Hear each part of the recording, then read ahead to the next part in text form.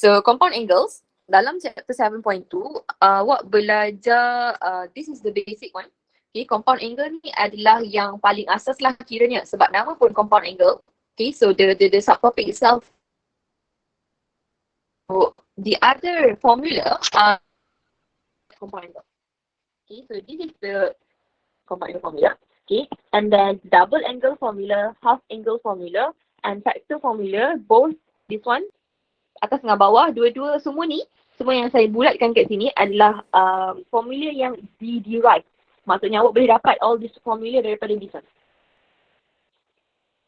Okay, tapi saya tak akan tunjuk dekat sini.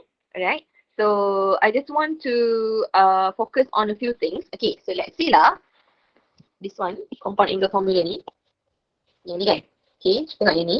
Okay, so let's say kita ada sign in bracket A plus minus B. Okay, so adakah dia sama dengan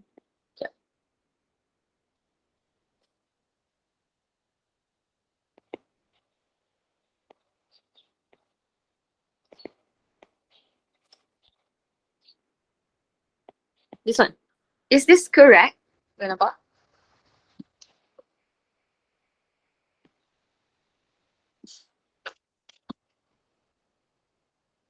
Betul tak kalau saya buat macam ni? Saya ada sign in bracket A plus B and then I expand it. So saya buat yang ini, darab yang ini, then this one, darab this one. Dapat this one.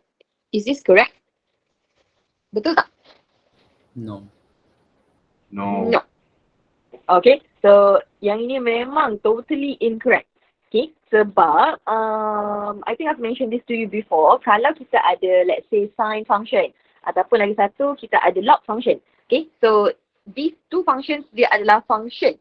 Dia adalah sesuatu yang special. Okay, so dia berbeza dengan, let's say, kalau awak ada contoh belah kanan ni, saya tulis x in bracket y plus z. Okay, so this one, kalau awak ada macam ni, this is a variable, this one is a variable, this one is a variable. So this one, awak boleh expand dia masuk ke dalam. So dia akan jadi xy plus xz. Okay, so yang ini betul kalau kita expand macam tu. Tapi for this one, this is a whole function. Okay, so awak tak boleh tiba-tiba nak ambil sign ni, darab kat sini. Kan tak? Okay, dia comes together dengan yang ini. So dia ada lagi satu formula. Kiranya dia ada formula lain yang special untuk dia for you to splitkan dia. Okay, so that's why dah datangnya compound angle formula. Okay, so saya nak tunjuk kat awak yang ini memang salah. Jangan buat. Incorrect. Okay, so kita punya compound angle formula dia akan ada 3 lah. So one for each, meaning that dia ada satu for sine, one for cos, and one for tangent. Okay, so something yang awak kena make sure awak betul adalah dia punya plus minus dekat sini. Okay. Kalau dekat sini plus, okay, so if you notice, kalau untuk sine, bila dekat atas plus, bawah minus, dekat sini pun akan follow. Maksudnya atas plus, bawah minus juga. So let's say saya nak jadikan dia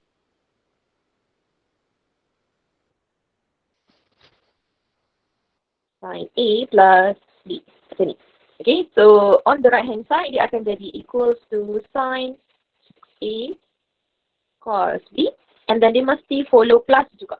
Sebab kedudukan dia dekat sini, plus dekat atas, plus dekat sini pun dekat atas. So maksudnya bila dekat sini plus, dekat sini pun mesti plus. Kalau dekat sini minus, dekat sini pun mesti minus.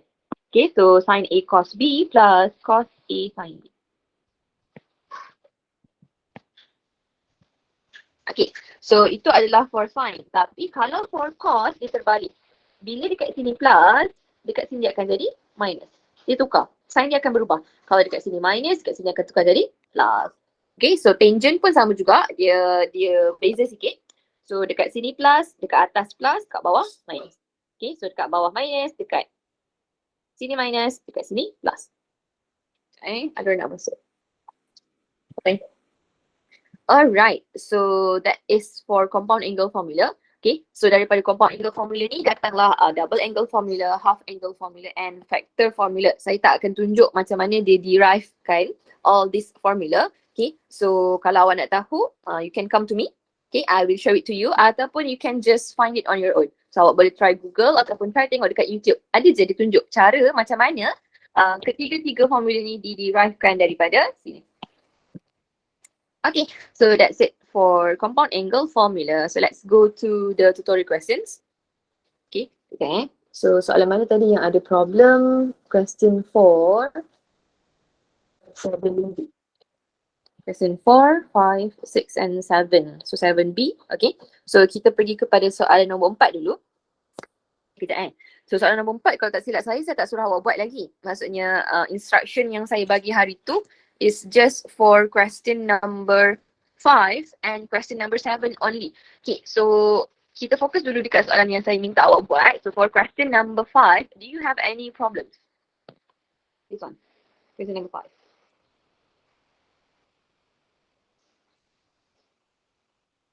No. Okay, betul ni? Tak ada?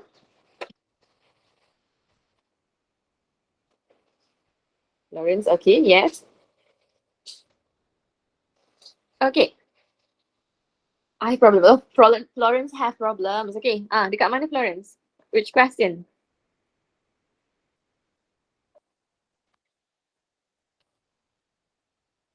Which part? A, B or C? Or the rest? Oh, all. Okay, maksudnya keseluruhan soalan 5 lah kan? C means. Okay, jom. So kita try tengok one example, one question. Okay, so let's read the question first. Okay, so that's the most important thing lah. Given secant theta, so we have this information from the question. So dia bagi kita given secant theta is equals to negative 4/3 and theta is in the second quadrant. Okay, and then dia cakap dekat situ theta ni is in the second quadrant. Okay, so let's sketch dulu. Okay, so kita kena sketch dulu this one. See this one. Okay, so second quadrant maksudnya dekat sini lah. Okay, so kita akan buat kita punya triangle dekat situ. So we are going to make a triangle here. Okay, lebih kurang. This is how the triangle looks like. Okay, and then dia kata dekat situ secant theta sama dengan negative 4/3. So saya tulis balik that information. So it's secant theta is equals to negative 4/3. So we know that secant is equals to 1/cos. So saya tukar secant jadi 1/cos. Okay, and then sama dengan negative 4/3. Okay, so kalau soalan dia bagi macam ni, okay, so the clue for this question is awak kena cari dekat sini berapa, dekat sini berapa, and dekat sini berapa. Okay, so you need to find that value of sides for this triangle, for each the adjacent, opposite, and also hypotenuse. Okay, so in order for you to do that, this information yang soalan bagi, awak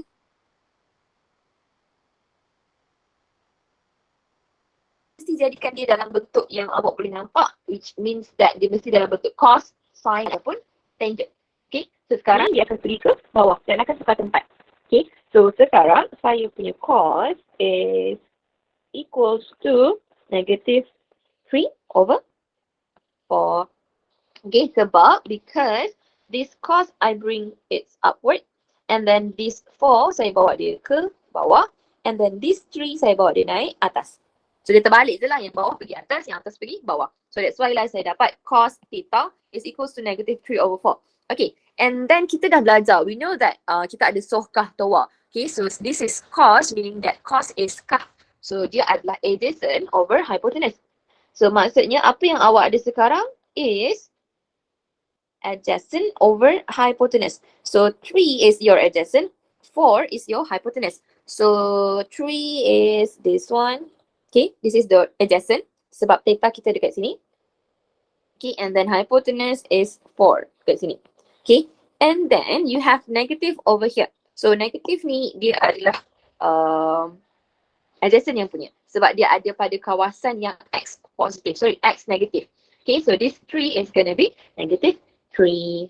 Okay, so this is the most important information yang awak kena ada lah. Okay, and then you also need to find this length, berapa panjang dia. Okay, so using the Pythagoras theorem, just press your calculator. You are supposed to get 7 dekat sini. Okay, so setakat ni ada soalan tak?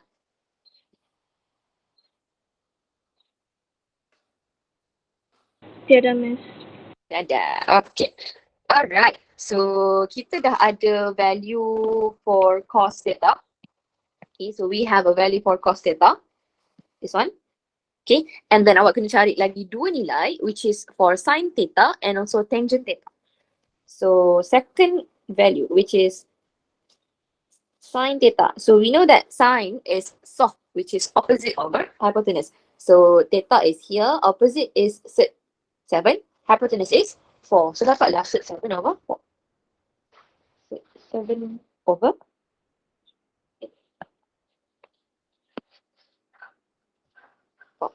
Okay, so and then the last value is for tangent.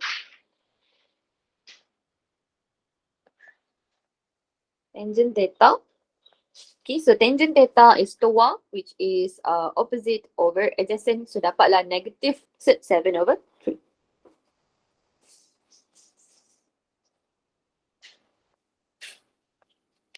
Okay, settle. Okay, so dah dapat ketiga-tiga nilai ni, barulah awak boleh buat this one and this one. Okay, sebab somehow kita akan gunakan all these three values into this question. Okay, so jom kita tengok the first one dulu, 5A. So let me show you the 5A. Okay, so soalan cakap apa kat situ? So dia kata dekat situ sin 2 theta. Okay, so bila kita tengok dekat soalan, dia beza dengan apa maklumat yang kita ada. So dekat sini, we only have theta. Kita ada single angle, theta sahaja. Tapi dekat sini, soalan bagi kita 2 theta. Maksudnya angle dia sekarang dah jadi double. Okay, so bila angle dia double, awak kena gunakan double angle formula. Okay, so let me copy the formula. This is the formula, copy and paste it here. Okay, so double angle formula. Alright, so sekarang kita ada sin. So we have sin 2 theta over here. So saya akan gunakan formula yang inilah. Okay, so that is equals to 2 sin theta cos theta. Okay, dekat sini dia adalah A. Tapi sekarang kita ada theta. So kita tukarkan sahaja A ni jadi theta. Alright, so we have already found this value. Okay, and kita dah ada nilai cos theta juga. So just substitutekan sahaja into your formula. So 2 is just 2. And then sin theta is 7 over 4.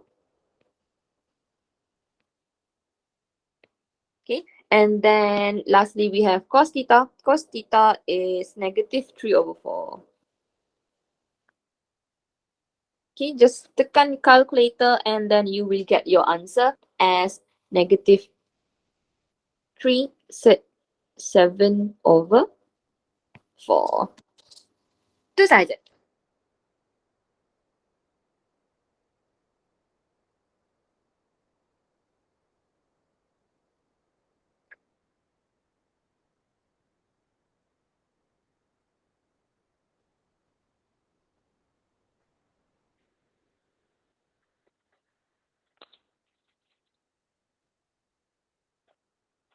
Can you understand my explanation?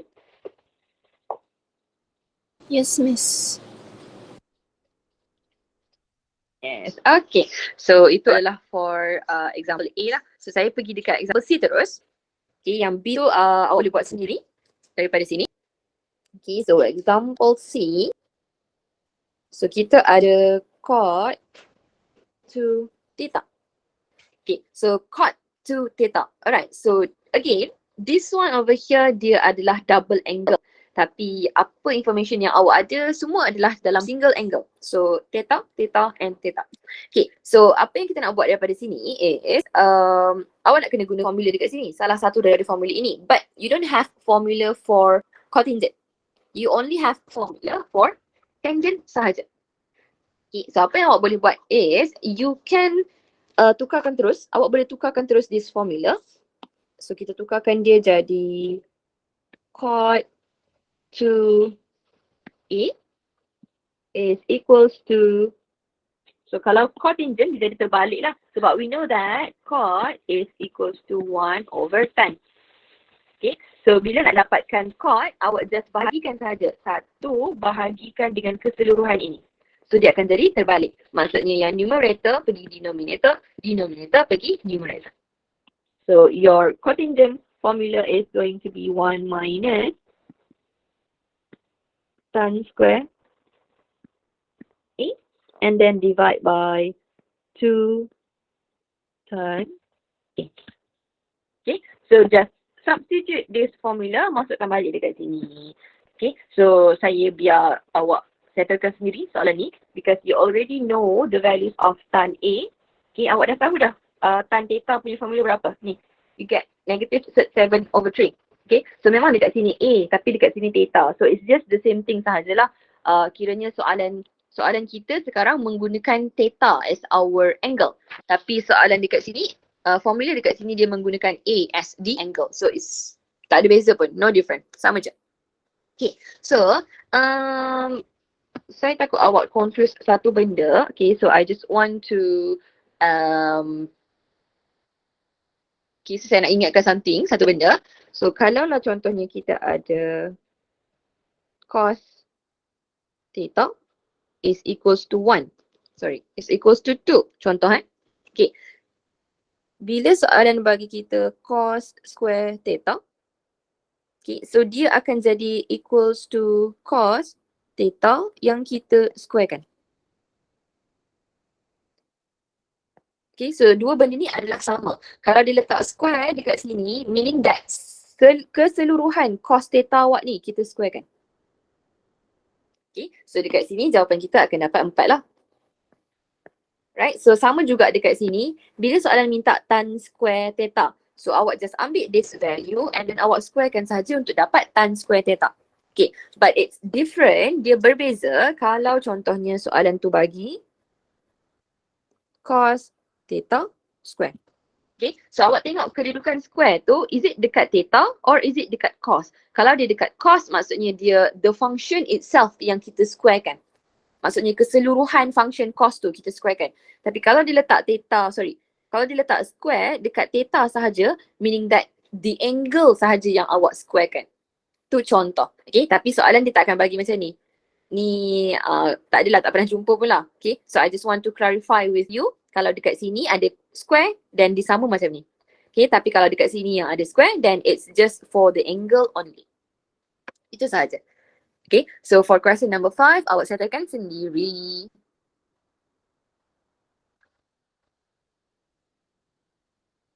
Okay, seorang ke? Ada soalan tak? Tiada, Miss. Okay, good. Alright. Okay, so let's continue. Question number 4. Question number 4 nanti. So kita pergi question number 7 dulu.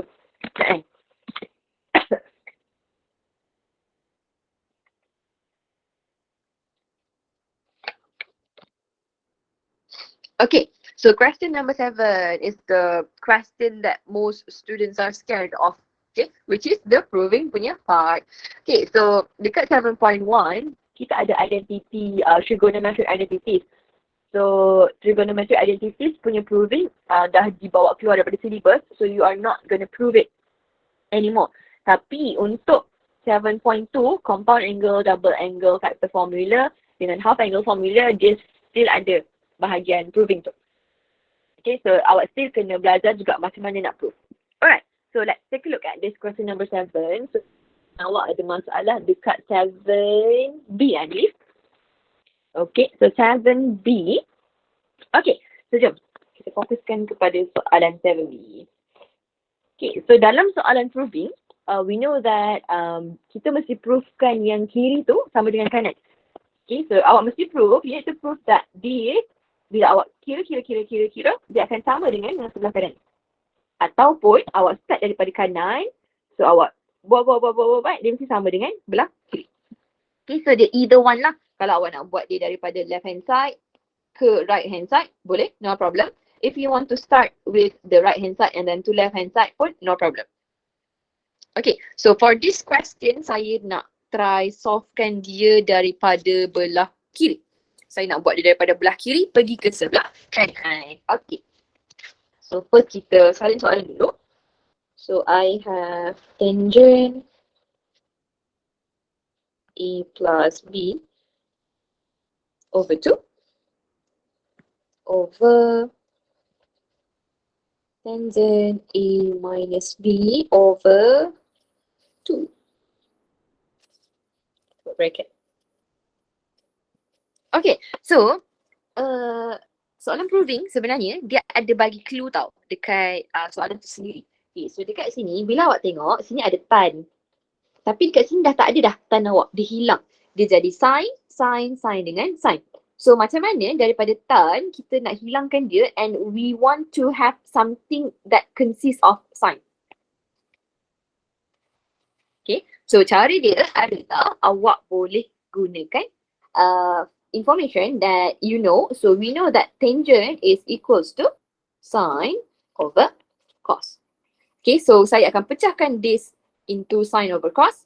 And then this one pun saya akan pecahkan dia into sin over cos. Okay, so maksud saya dia jadi macam ni.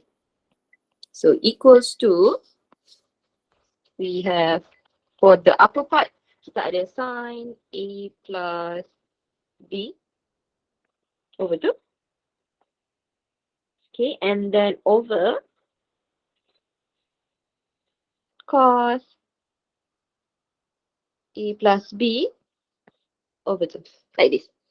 Okay, so ini baru untuk bahagian atas sahaja. This one is equals to this one. Okay, and then we have divide with tangent A minus B over 2.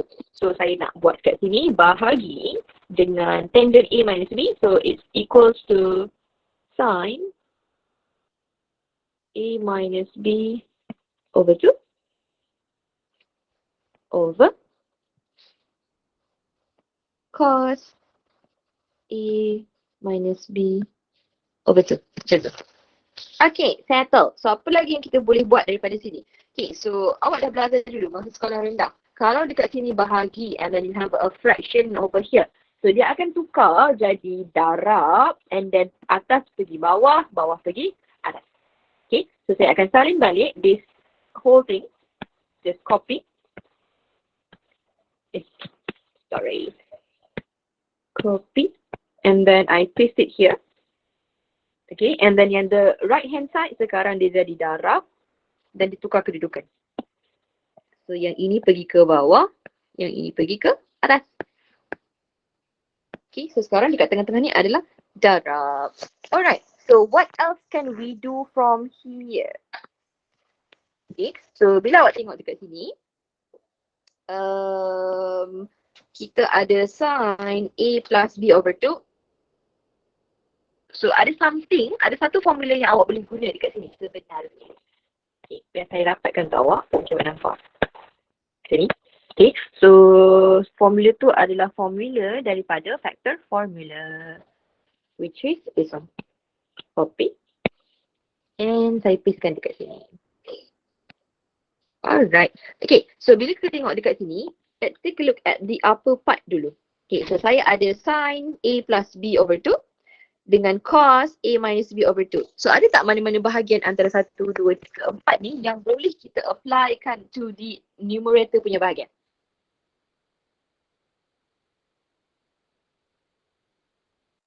Okay, so the second formula. close to this one. Okay, let me use highlight. Second formula is it? Oh, sorry, the first one. The first one, okay, exactly. Right, so this one, dia sama dengan yang ini. Okay, and then the other one, the cos A minus B, dia sama dengan yang ini. Okay, so saya akan substitutekan this formula into our working dalam jalan kerja kita. Okay, but awak kena, you need to make sure that awak salin formula tu betul-betul, awak mesti faham formula tu betul-betul. So, kita ada yang purple dengan yang blue ni. Tapi, these two is not in our formula. So, awak bawa dua ni pergi sebelah sana, dia jadi over 2. Okay, so maksudnya saya punya bahagian atas sekarang is gonna be equals to 1/2. And then I multiply it with sine A plus sine B. Like that. Okay, so settle for the numerator, the upper part. Okay, and then for denominator pula, so for denominator, let's take a look at the formula again. So, mana formula yang kita boleh apply for the denominator sekarang? So, we have cos A plus B, and then we have sine A minus B, which is the second one. Okay, so this one, cos A plus B over 2 is equals to this one, sama. Okay, and then the other one, sine A minus B over 2 is this one. Okay, so again, kita ada dua. This one tak digunakan, so kita bahagikan dia dekat sini. So we are going to have 1/2 in bracket of sine A sine B. Okay, so sikit je lagi. Alright, so bila kita tengok dekat kita punya jalan kerja sekarang, we have 1/2 on both numerator and also denominator. So cancel out this one, cancel out this one. You are just left with sine A plus sine B.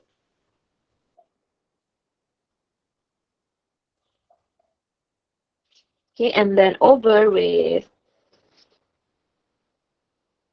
sine A minus sine B. Okay, proof. Sama tak? Yes, sama. Okay, proven. Alright, semua okay ke? Boleh faham tak? Boleh, Miss. Boleh. Okay. Okay, good.